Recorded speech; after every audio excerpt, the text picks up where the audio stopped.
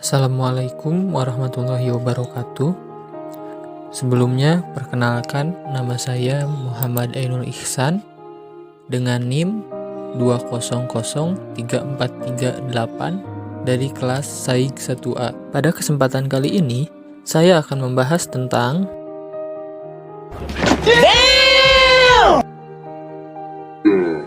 struktur lapisan bumi.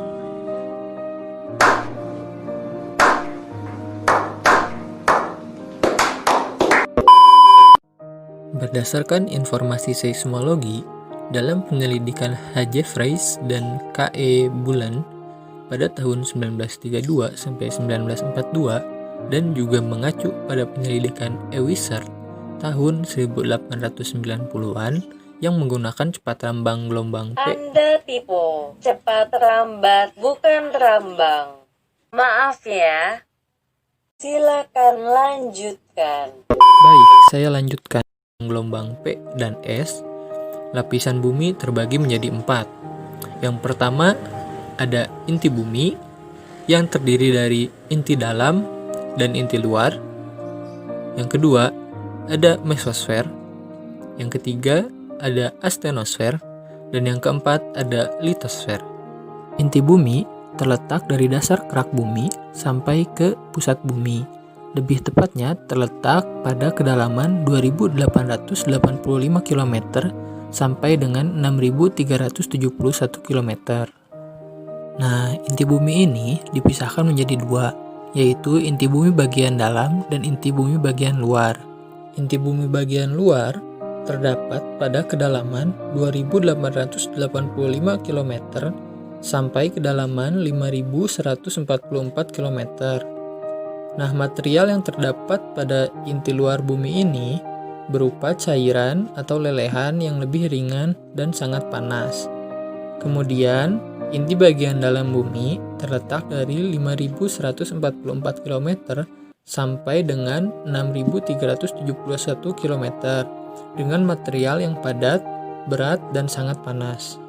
Nah, berikutnya yaitu mantel bumi atau biasa disebut dengan selubung bumi. Mantel bumi ini tuh merupakan lapisan yang menyelubungi bumi dan merupakan bagian terbesar dari bagian bumi, yaitu sekitar 83,2% dari volume bumi. Mantel bumi ini dibagi menjadi dua bagian, yaitu ada mantel bagian bawah dan mantel bagian atas. Mantel bagian bawah biasanya disebut dengan mesosfer. Sedangkan mantel bagian atas biasa disebut dengan astenosfer. Mantel bagian bawah ini berada pada kedalaman 6.500 km sampai 2.885 km dengan material yang padat, kemudian bertekanan tinggi, panas, dan keras. Sedangkan mantel bagian atas berada pada kedalaman 100 sampai 650 km yang bersifat lemah dan mudah terdeformasi oleh panas dan tekanan dan juga bersifat plastis. Pada mantel bumi ini merupakan lapisan yang sering terjadinya pergerakan antar lempeng yang disebabkan oleh gaya konveksi atau perpindahan energi panas yang terjadi di lapisan tersebut. Karena semua lempeng-lempeng tersebut bergerak, maka terjadilah interaksi antara satu lempeng dengan lempeng lainnya yang berpusat di sepanjang batas dari lempeng-lempeng tersebut. Dari interaksi antar lempeng tersebut, ada yang berbenturan, ada yang saling menjauh, dan ada yang bergeser. Nah, kemudian menimbulkan dinamika di bumi ini. Contohnya seperti perubahan morfologi, aktivitas vulkanisme, gempa bumi, dan tsunami. Selanjutnya yaitu kerak bumi. Bukan ini. Maaf ya. Baik, saya lanjutkan. Kerak bumi adalah lapisan terluar bumi yang terbagi menjadi dua kategori, yaitu ada kerak samudra dan kerak benua. Kedua kerak tersebut berasal dari magma sebagai bahan pembentuknya, yaitu batuan cair pijar yang bersuhu tinggi dan banyak mengandung berbagai unsur mineral, dan gas. Nah, unsur-unsur kimia yang membentuk kerak bumi diantaranya adalah oksigen, silikon, aluminium, besi, kalsium, natrium, kalium, dan magnesium. Kerak samudra memiliki ketebalan 5-10 km. Di dalam kerak samudra ini terdapat lempeng samudra yang tersusun oleh mineral yang kaya akan silika dan magnesium atau disebut sima. Nah, lempeng samudra ini memiliki ketebalan berkisar antara 5-15 km. Lempeng samudra ini biasa disebut lapisan basaltis, karena batuan penyusunnya berupa batuan basal. Sedangkan kerak benua mempunyai ketebalan sekitar 20-70 km. Nah, di dalam kerak benua ini terdapat lempeng benua yang disusun oleh mineral seperti silika dan aluminium atau disebut sial. Lempeng benua ini memiliki ketebalan antara 30-80 km.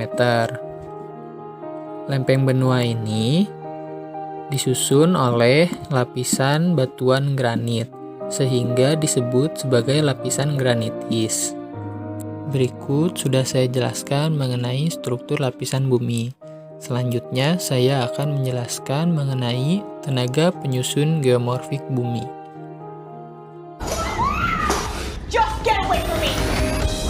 Bukan ini tenaga dalam. Maaf ya. Baik, saya lanjutkan. Tenaga penyusun geomorfik bumi ini terbagi menjadi dua, yaitu tenaga endogen dan tenaga eksogen. Tenaga endogen ini merupakan tenaga atau kekuatan yang berasal dari dalam bagian bumi yang bersifat membangun atau konstruktif. Sedangkan tenaga eksogen berasal dari luar bumi yang memiliki sifat merombak permukaan bumi. Pertama, ada tektonisme.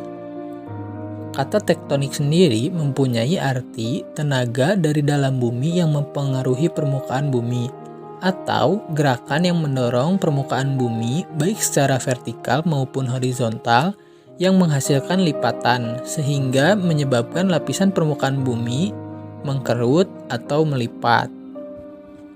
Selanjutnya ada vulkanisme. Vulkanisme merupakan peristiwa keluarnya magma atau lelehan batuan panas dari dalam litosfer menuju ke permukaan bumi, atau yang biasa kita kenal sebagai letusan gunung berapi. Pengelompokan tenaga endogen berikutnya yaitu seisme atau gempa bumi. Nah, gempa bumi ini merupakan peristiwa getaran yang bersumber dari bumi dan dapat disebabkan oleh berbagai macam hal. Gempa bumi berdasarkan episentrumnya dibagi menjadi dua, yaitu gempa linier dan gempa sentral.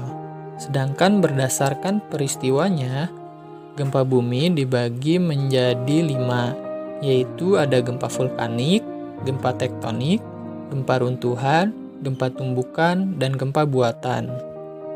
Selanjutnya, mari kita bahas mengenai tenaga eksogen. Yang pertama yaitu pelapukan.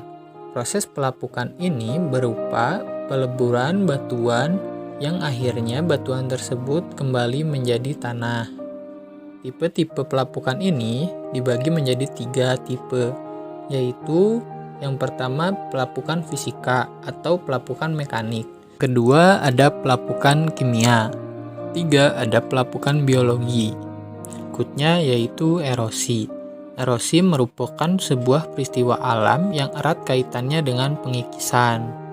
Nah, beberapa faktor yang menyebabkan terjadinya pengikisan antara lain pertama yaitu air yang disebabkan oleh arus sungai.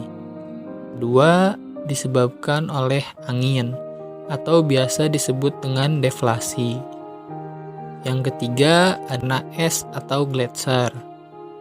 Dan yang faktor keempat yaitu gelombang air laut atau biasa dikenal istilah abrasi. Berikutnya yaitu ada sedimentasi.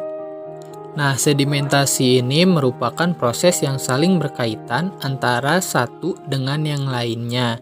seperti material tanah atau batuan yang mengalami pelapukan atau erosi dan kemudian terbawa ke suatu tempat dan mengendap, dan proses terjadinya inilah yang dinamakan sebagai proses sedimentasi. Nah, sedimentasi ini tuh dapat menghasilkan beberapa bentang alam. Contohnya seperti delta, tanggul alam, kipas aluvial, dataran banjir, dan meander.